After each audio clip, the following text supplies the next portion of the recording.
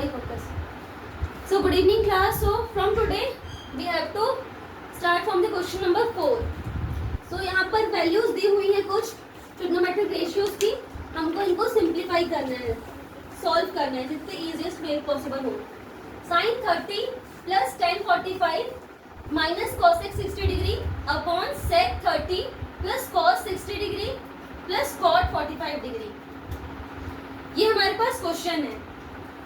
तो sin 30 कितना होता है, जो जो जिसकी वैल्यूज है वो हम डाल देंगे. sin 30 कितना होता है बच्चों, 1/2.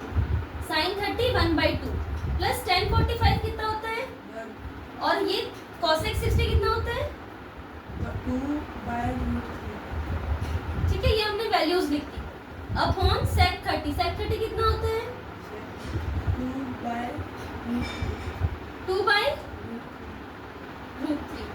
प्लस cos 60 1/2 प्लस cot 45 √3 है क्या, cot 45 1 होगा आई गेस. cot 45 1 है. ठीक है, ये हमने वैल्यूज रख दी इसमें. अब करना क्या है, ये √3 नीचे दिख रहा है और ये सिर्फ नंबर्स वाले हैं, ये भी सिर्फ नंबर वाला है. तो हम पहले सिर्फ नंबर्स वाले को सॉल्व कर लेते हैं. वो वाले लाइट ऑफ करो. ठीक है, हम सिर्फ नंबर्स वाले को सॉल्व कर लेते हैं और फिर इधर वाले पोर्शन को बाद में करेंगे. तो देखो ये 1/2 प्लस 1 है. जब मैं इसका एलशियम लूंगी तो इसके नीचे कुछ नहीं मतलब 1. ठीक है, तो यहाँ पे कुछ नहीं मतलब 1, तो 2 हमारा एलशियम आ गया. 1/2 का एलशियम क्या होगा 2 होगा. ऊपर यहाँ पे 1 है तो हमने 1 लिख दिया. 1 के नीचे एलशियम वाली वैल्यू है, कुछ मल्टीप्लाई नहीं करेंगे. फिर प्लस था, प्लस लिखे. इधर क्या है 1, फिर से 1 लिख दिया. 1 के नीचे 1 है लेकिन 1 हमारा एलशियम नहीं है, तो इसको क्या करेंगे, जो हमारा एलशियम है उससे मल्टीप्लाई कर देंगे. 2 हो गया मल्टीप्लाई. फिर यहाँ पे -2/√3 एज इट इज आ जाएगा. ठीक है, अपॉन में ये जो 2/√3 है उसको ऐसे ही रहने देते हैं.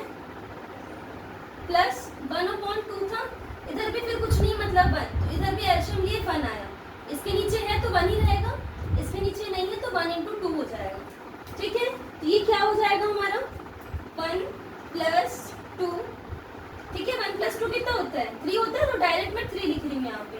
ठीक है, 1 + 2 3 हो गया. 3/2 - 2/√3. ठीक है, अपॉन में क्या है इधर, देखो इधर है हमारा 2/√3 प्लस ये भी 1 प्लस 1 × 2 2, तो 2 + 1 3 हो गया.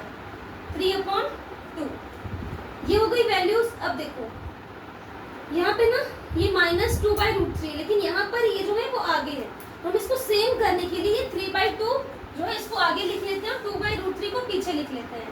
तो ये 3/2 हमने आगे लिख लिया, सॉरी 3/2 था ना, 3/2 और प्लस 2/√3 को पीछे लिख दिया. यानी कि ये वाली वैल्यू को हमने पीछे लिख दिया, इसको सॉल्व करके जो आया था उसको आगे लिख दिया. यानी कि 1 + 2 3 होता है, तो 3/2 को आगे और इसको पीछे लिख दिया. अब क्या करेंगे, ये दोनों वैल्यूज को हम ऊपर लेके जाते हैं. जब इन लोग को ऊपर लेके जाएंगे तो क्या हो जाएगा, देखो ऊपर नहीं लेके जाते, हम एलशियम लेते हैं इन दोनों का. तो 2 और √3 का एलशियम क्या आएगा, एनीवन हैव आइडिया. 2 और √3 का सिंपल एलशियम आएगा क्या, देखो 2 और √3 का एलशियम आएगा 2√3. ठीक है, ये फर्स्ट वाला नंबर देखते हैं पहले. इसके ऊपर है 3 तो हमने 3 लिख दिया. इसके नीचे एलशियम की कौन सी वैल्यू नहीं है, देखो एलशियम का 2 तो है लेकिन √3 नहीं है, तो √3 इधर हम इंटू कर देंगे. फिर ये माइनस था, माइनस लिख दिया. ठीक है, ये माइनस लिख दिया. फिर 2 था, 2 लिख दिए. फिर इसके नीचे एलशियम का वैल्यू क्या है √3 है, बट एलशियम तो हमारा 2√3 है, तो इधर भी हम 2 इंटू कर दिए. सिमिलर प्रोसेस हमने यहाँ पे भी किया. तो ये क्या हो गया 3√3 प्लस 2 × 2/2√3. सेम वही चीज इधर नीचे भी हुई है. देखो ये 2√3 ये 2√3 कट जाएगा, तो बचेगा क्या 3 × √3 3 × √3 -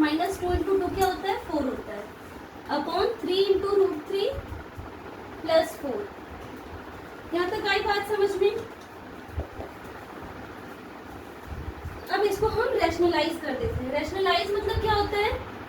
on rationalising the above equation.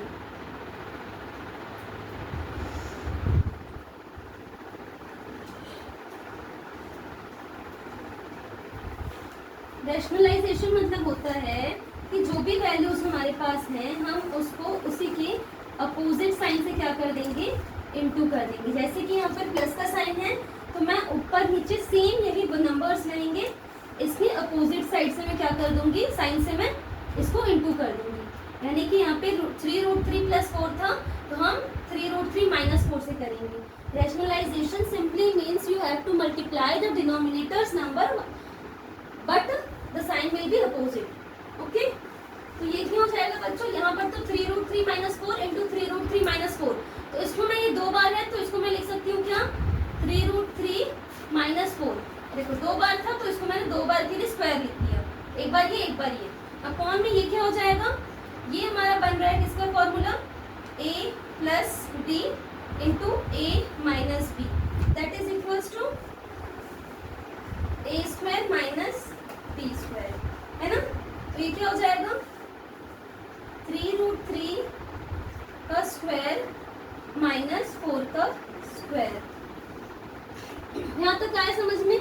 ये हमारा a + b है, ठीक है, ये हमारा a - b है और इसको कन्वर्ट किए हैं हम a² - b² के फॉर्मेट में। ठीक है, ये फॉर्मूला साइड में लिख लेना, ठीक है। अगर चाहो तो मैं इसको 2 बार लिख के दिखा भी सकती हूँ बट वो सेम मीनिंग होगा। ठीक, नेक्स्ट चलो इसमें हम फॉर्मूला लगा देते हैं। इसमें क्या लगाएंगे? a - b the whole square, that is equals to a² + b² - 2ab, ये होता है। तो देखो a क्या है हमारा? a है हमारा a is equals to 3√3, b is equals to 4, ठीक है। तो a² यानी कि क्या हो जाएगा? देखो a² मतलब 3 का स्क्वायर इंटू √3 का स्क्वायर, ये भी होगा ना, ये पूरा स्क्वायर होगा। ये हमारा a² हो गया, प्लस b² होता है तो +4 का स्क्वायर -2 इंटू 3√3 इंटू 4 अपॉन में क्या हो जाएगा?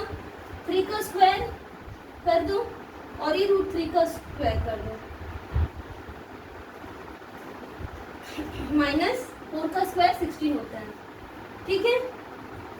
3 का स्क्वायर होगा हमारा 9 और √3 का जब हम स्क्वायर करेंगे, इधर से देखो, 3 का स्क्वायर होगा हमारा 9 और जब इस √3 का स्क्वायर करेंगे तो रूट और स्क्वायर क्या हो जाएगा? कट जाएगा, तो बचेगा क्या? सिर्फ 3 बचेगा, है ना। ये 3 का स्क्वायर 9 हो गया, रूट और स्क्वायर आपस में कट गया तो सिर्फ 3 बचा, +16 -2 इंटू 4 8 इंटू या फिर 2 3 सा 6 6 4 सा 24 √3 अपॉन में 3 का स्क्वायर 9 और ये √3 का 3 -16 9 इंटू 3 27 + 16 27 + 16 -24 √3 अपॉन 9 3 सा 27 -16 27 - 16 करो कितना होगा?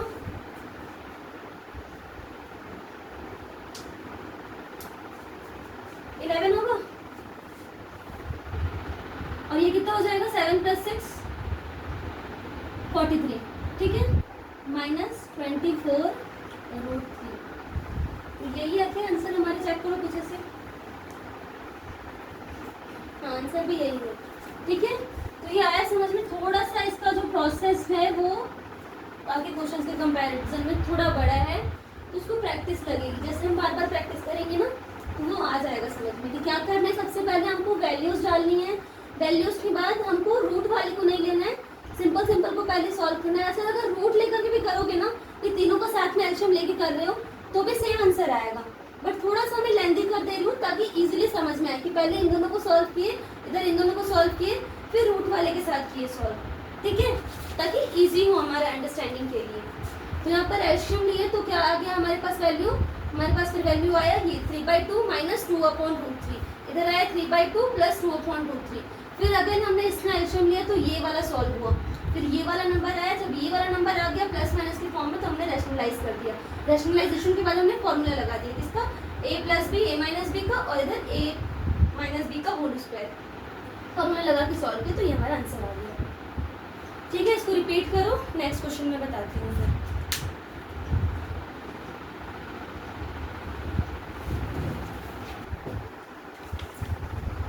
So the next question is 5 cos square 60 degree plus 4 sec square 30 degree minus 10 square 45 degree.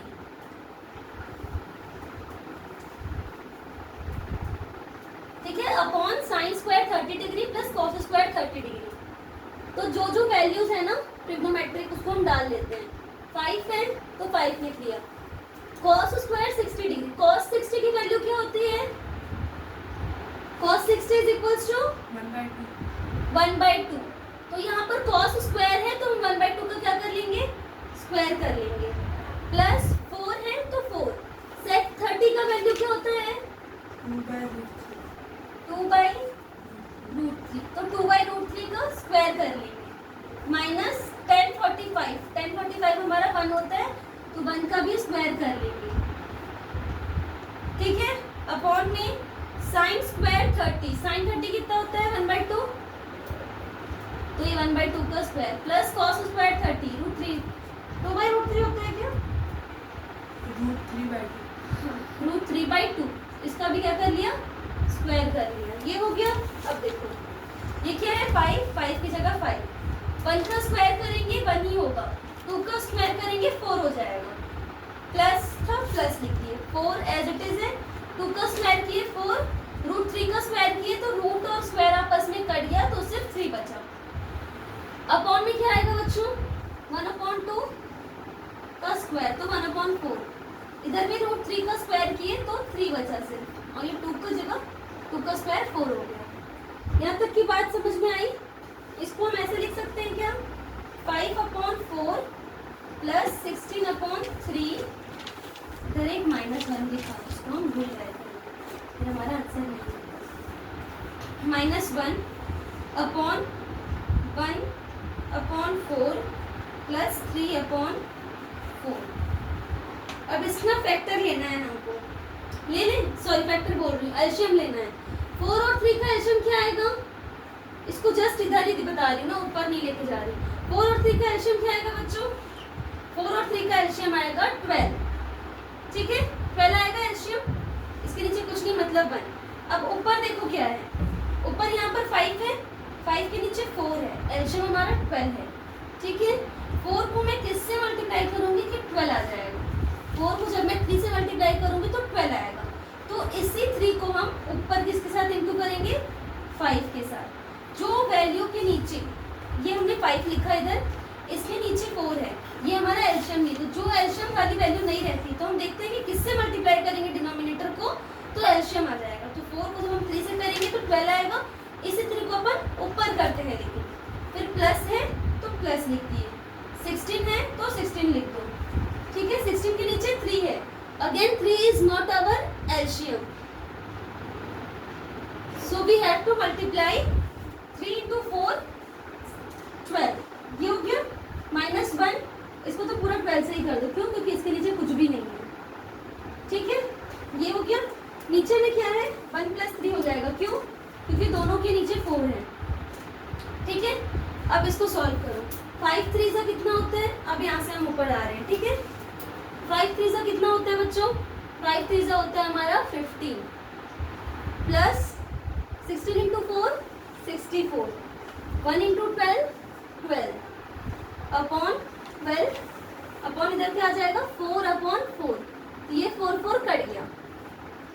ठीक है, अब 15 में से 12 गया, कितना बचा, इसको कट करो ना, 15 में से 12 गया, कितना बचा, 3 बचा, 3 + 64/12।